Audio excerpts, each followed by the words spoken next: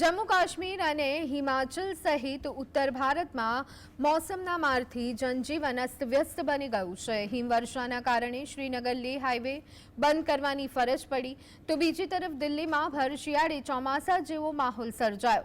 વરસાદે દિલ્હીમાં 15 વર્ષનો રેકોર્ડ તોડ્યો, તો રાજસ્થાનના અજમેરમાં પણ વરસાદે 14 વર્ષનો રેકોર્ડ તોડ્યો।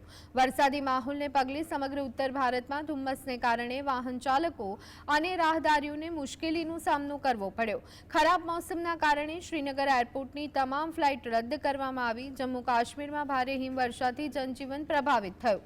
સિઝનની પહેલી હિમવર્ષા બાદ Srinagar Jammu Kashmir national highway block થઈ ગયું છે, જેનાથી અનંતનાગમાં 2000થી વધુ વાહનો ફસાઈ ગયા છે।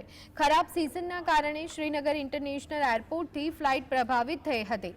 ગઈકાલે શુક્રવારથી જ શ્રીનગર, ગાંદરબલ, અનંતનાગ, કુલગામ, શોપિયા અને પુલવામાના મેદાની વિસ્તારોમાં સિઝનના પહેલા અઠવાડિયે હિમવર્ષા શરૂ થઈ।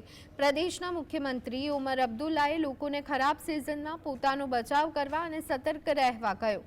તેમણે પોતે સોશિયલ મીડિયા પર પોસ્ટ કરી અને કહ્યું કે અનંતનાગના ડેપ્યુટી કમિશનર પાસેથી હાલની સ્થિતિની માહિતી મેળવી છે।